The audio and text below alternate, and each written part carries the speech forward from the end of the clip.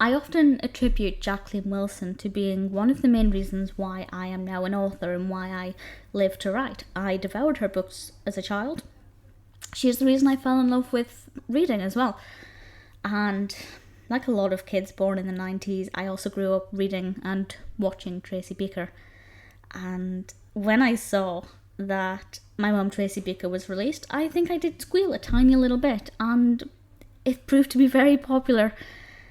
And I thought, finally, it's about time for me to discuss this. So if you have a fond love of Jacqueline Wilson books from your childhood and you want to know if it's safe to read this, if it'll spoil those happy memories, well, I will say now that it absolutely will not spoil anything.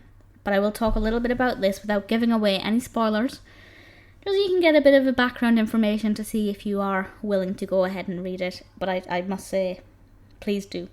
I should also point out that I'm not the target audience for Jacqueline Wilson anymore. I am 28 years old, but I have been reading her since I was, about 8. So for about 20 years I've read Jacqueline Wilson's books. I've read everything she's written, pretty much, apart from a few of her very original books that just don't exist anywhere. And her latest one, Love Frankie, which is out this week. So Tracy Beaker, My Mum Tracy Beaker, is all about Tracy Beaker's daughter and her new life.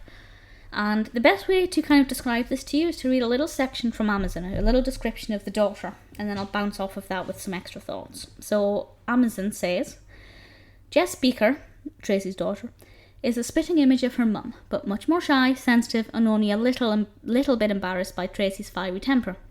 More than anything, Jess just wants to live happily ever after with Tracy and Alfie, far away from talk of fancy cars, mansions, and footballers. Alfie is Jess's dog, which is completely relevant because the dog's actually like an emotional support animal, or he certainly becomes that way. And yeah, so Tracy is obviously now a mother. She's a very different character in some respects. She's a lot more responsible, but she still retains a lot of that feisty Beaker quality. She doesn't feel like a completely different person. And I think Wilson's been able to maintain those personality traits really well, while still making it feel like Tracy has grown up. The fact that Jess is basically completely opposite to her mother works really well. Visually, they're both very similar. They both are very visually the same, with the same wily hair, but personality-wise, they're completely different, but they have a fantastic relationship. The dynamic is beautiful to read. It's really lovely, and you can really see the closeness. And then we get into the fancy cars, mansion, and footballers that Jess mentioned. And this all revolves around Sean Gregory. Sean Gregory is described in Amazon as Tracy's boyfriend and an ex-Premier League footballer with fancy hairdo, six-pack, flash clothes, and the huge mansion of Tracy's dreams. Now this is really interesting because Tracy grew up in the children's home, determined to be rich and famous and loved by all and centre of attention. And this is obviously something she gets with Sean. And it's great to see Tracy enjoying that and lapping it up, but as a reader, we really feel for Jess because it's not really the lifestyle for her. And there's also something about Sean Gregory that she just doesn't get on board with, and it's part of it is because he's obviously taking up some of her mother's time, and for a long time it was just Jess and Tracy. But there's also something else about Sean's behaviour that makes Jess feel uncomfortable. That is not to say that he's abusive or anything. I don't want anybody to think that this is a story of child neglect or child abuse. It's not.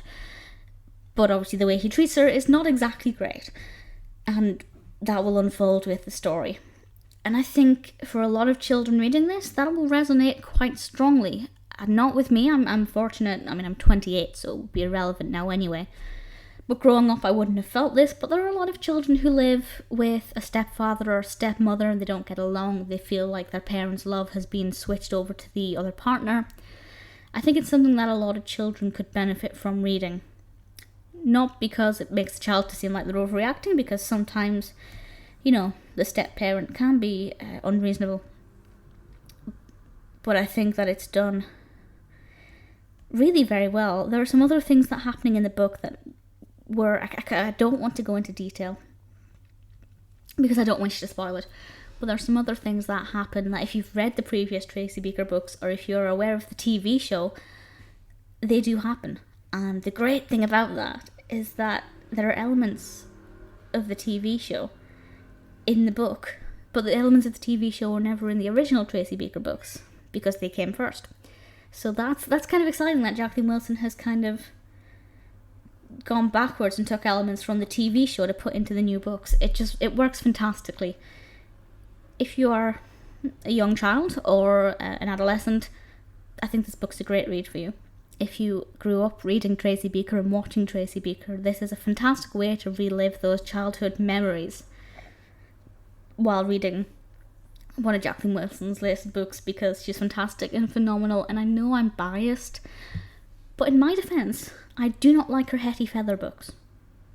There's nothing wrong with them, they're just not for me. So I can say that I don't just love every word that Jacqueline Wilson writes, but My Mum Tracy Beaker is stellar.